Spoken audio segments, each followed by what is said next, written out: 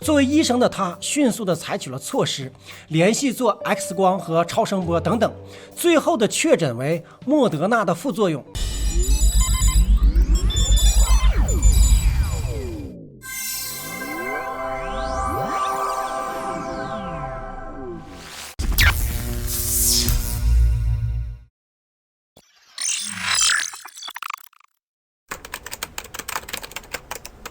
出去走走，春寒料峭，惊蛰时节，眼倦轻叹。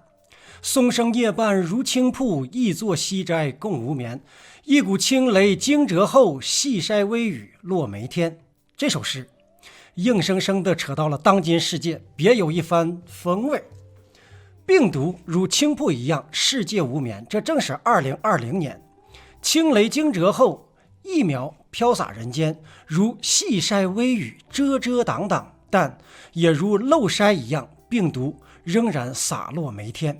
Hello， 大家好，这里是飘飘飘哥。我们曾经讲过病毒变异，没有人知道为什么。当时我记得话音刚落，就得到了某个网友扔白菜，说病毒就是要变种，这是科学证明的，这个都不知道。好吧，那么我说的是为什么会变种，没有说会不会变种，好吧？为什么？这个为什么？科学一直都解释不了，直到今天。然而我们在曾经的咱们其他的视频当中，应该是讲到了的，从半神秘、半科学界的边缘地带，即维度的角度回答了这个问题，也就是高维度的实相控制的低维度的投影。比如说我们曾经举例的盗梦空间，就是这个道理。我们还会再讲。将来我们运用独一无二的宇宙公式来给大家掰开了揉碎了讲。话说近期变种还在进行中，而人们不省心的疫苗又爆发出了接二连三的问题，变种疫苗再变再疫苗，这就像是人类和病毒一样延绵不尽的战争，像是纠缠在一起的两条蛇一样不断的纠缠着，是相生相克还是恐怖消杀，直到一方被消灭或者自动离开呢？咱们就掰着这疫苗和病毒这个话题很大，咱们分为2期或多期。今天咱们重点关注一下疫苗。近期的疫苗本来是风风火火，世界随着节气的转换或者是节气的转暖也开始了蠢蠢欲动，人们将希望都寄托在了疫苗上。现在全世界最流行的4个品牌的疫苗是辉瑞、莫德纳、阿斯利康以及强生，而各种疫苗都有相应的副作用，这给人以望而却步的感觉。咱们先就结合着阿比亚的曾经的观点和现今的情况来掰扯。阿比亚在他的2020年的4月以及7月4日的预言当中都有提及疫苗，也正因为如此，他的视频呢被曾经下架，但是似乎现在油管更有了包容性，因为我们看到他近期的视频都被保留了。咱们看一下他在704预言中是如何说的。他讲到，如果我们想成为最能够适应生存的人，我们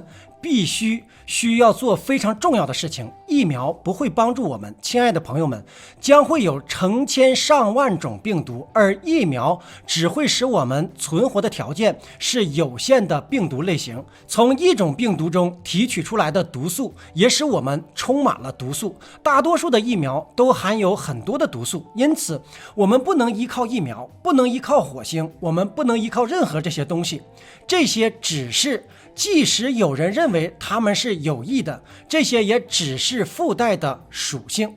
有时他们也很危险。我现在来解释一下，但是您可能有不同的看法，无论您可能是什么样的想法或看法，或者您将在这一点上同意我的观点，即我们的免疫系统是最重要的，而这种可怕的统计数字降低了我们的免疫力。那以上其实阿比亚强调的就是免疫力，那么这是他在7月4日的时候预言中所讲到的，苦口婆心。然而我们再看看现在的疫苗情况，就在北京时间3月13日突发9国紧急暂停牛津的阿斯利康疫苗，原因是有女子接种后凝血死亡。咱们看一下具体情况。根据 CNN、加拿大嘉新网等多家媒体报道，继多个欧洲国家之后，丹麦政府在11日宣布暂停使用牛津疫苗2周。对多例接种牛津疫苗后出现的血凝血栓情况展开调查，至此，欧洲已经出现了30起相关的案例，9国紧急暂停。丹麦卫生部长 Magnus 周四表示，当局正在调查接种牛津疫苗之后所出现的血栓血块情况，这是可能以致命的血块形式出现的严重的副作用。目前，丹麦已经收到多例的接种疫苗后出现血凝现象的报告，其中还有一名60岁的女性死亡。在丹麦宣布暂时停用后，冰岛和挪威也相继的宣布停止使用牛津疫苗。至此，已有意大利、爱沙尼亚、立陶宛、卢森堡以及拉脱维亚等9国暂停了接种此种疫苗。但是，欧洲药品管理局 EMA 今天声明，不建议暂停使用，并称在500万接种者中，仅出现了30例血栓情况，没有迹象表明接种疫苗会引起凝血。在此之前，也一直未被列入牛津疫苗的副作用。丹麦的喊停并不算是突然，就在几天前，奥地利的一名年仅49岁的女性在接种了牛津疫苗之后，因为多处血栓而死亡。另有一名35岁的年轻女子接种完之后出现了因血块导致的肺部栓塞。两人都是护士，且都不属于老年人的群体，这引发了奥地利政府的警惕，当即宣布暂停。根据欧洲药管局，该批次的牛津疫苗已经交付给17个欧盟国家，共有100万剂，调查还在进行当中。在丹麦等欧盟国家紧急的叫停之后，加拿大卫生部门也正在密切地关注着欧洲的调查情况，表示目前没有证据显示血栓是因疫苗引起的，接种工作将继续。加通社还指出，加拿大目前到货的牛津疫苗是在印度生产的，并非来自于欧洲。尽管如此，还是有许多的华人对牛津疫苗心存忧虑。另一种非常流行的疫苗是莫德纳，也爆出了副作用。最近最有名的案例是戴文·夸沙医生，他接种了莫德纳疫苗1周之后，发现乳房附近出现肿块，后来情况越来越严重，腋下和锁骨的上下方的淋巴结都有肿胀现象。作为医生的他迅速地采取了措施，联系做 X 光和超声波等等，最后的确诊为莫德纳的副作用。根据卡尔加里生活指南的文章，有人在打了莫德纳疫苗的1周之后，舌头上出现了黑色的血泡，身上也出现了血斑，并到医院检查后，血小板本来应该在24万左右的他，却发现只有3000。新冠疫苗全部接种之初，各种严重的副作用以及接种后死亡的案例频发，民众的担忧是完全可以理解的。希望当局能够尽快的展开调查，给出一个明确的答案，让所有人安心。一切的一切都是为了朋友们在打疫苗之前长长心，不要冲动。这时候这句话用上了，不盲目相信，不否认未知。在真正的结果还没有调查清楚之前，还是应该谨慎行事为好。非常讽刺的是，就在前几天，英国首相 Johnson 还在强调此疫苗对变种的有效率非常高，防止传播率达到了67%，意在鼓励民众去接种疫苗。为了长远的健康，这些案例不深思也是不行的。